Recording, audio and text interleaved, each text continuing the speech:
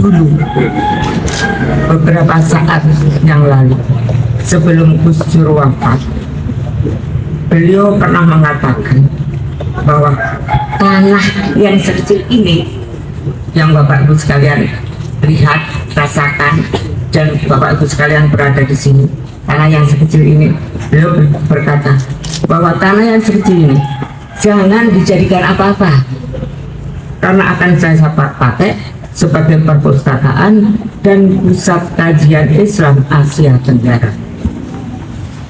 Itu yang saya tapi ternyata sampai beliau wafat, tanah ini juga belum diapa-apakan, dan tanah itu masih seperti ini juga sampai saat ini. Ini satu wasiat dari almarhum. Jadi memang dari saat beliau masih Sugeng masih hidup, itu beliau sudah mengharapkan, sudah merencanakan area ini akan menjadi pusat studi Islam Asia Tenggara gitu. Nah, alhamdulillah hari ini kita melakukan penanaman batu pertama.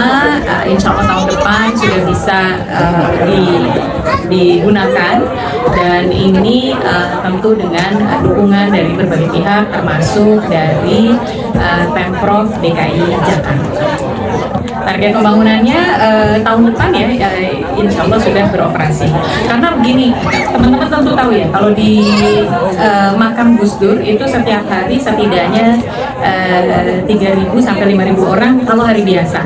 Kalau weekend itu tentu 5.000, dan juga kalau dalam hari-hari tertentu misalnya menjelang puasa begitu bisa sampai 10.000, 15.000, sehingga satu tahunnya yang berziarah ke Gus Dur itu kira-kira 1,5 sampai 2 juta orang gitu.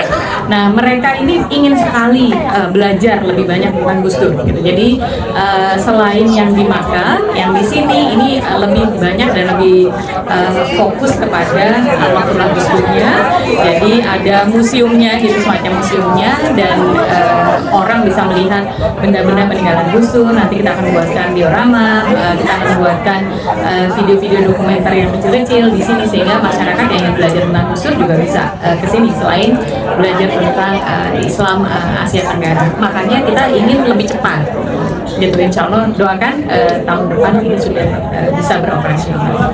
Kerjasama dengan perguruan tinggi misalnya. Iya, tentu, karena saat ini sebetulnya banyak sekali perguruan tinggi, terutama perguruan tinggi Islam yang punya Gus Dur Corner atau pusat studi Gus Dur gitu. Jadi kita akan menjadikan pusat kajian Islam Asia Tenggara ini sebagai halnya juga, karena ini kan yang istilahnya pusat kehidupan Gus Dur ada di sini ya. Jadi misalnya di UI kita punya kerjasama dengan Abdurrahman Wahid Center for Peace and Humanity di UI, yang memang fokusnya perdamaian dan kemanusiaan. Sementara kalau di sini fokus kita memang ke Islam Asia Tenggara. Nah, itu akan kita sambung-sambungkan ini dengan berbagai tempat gitu.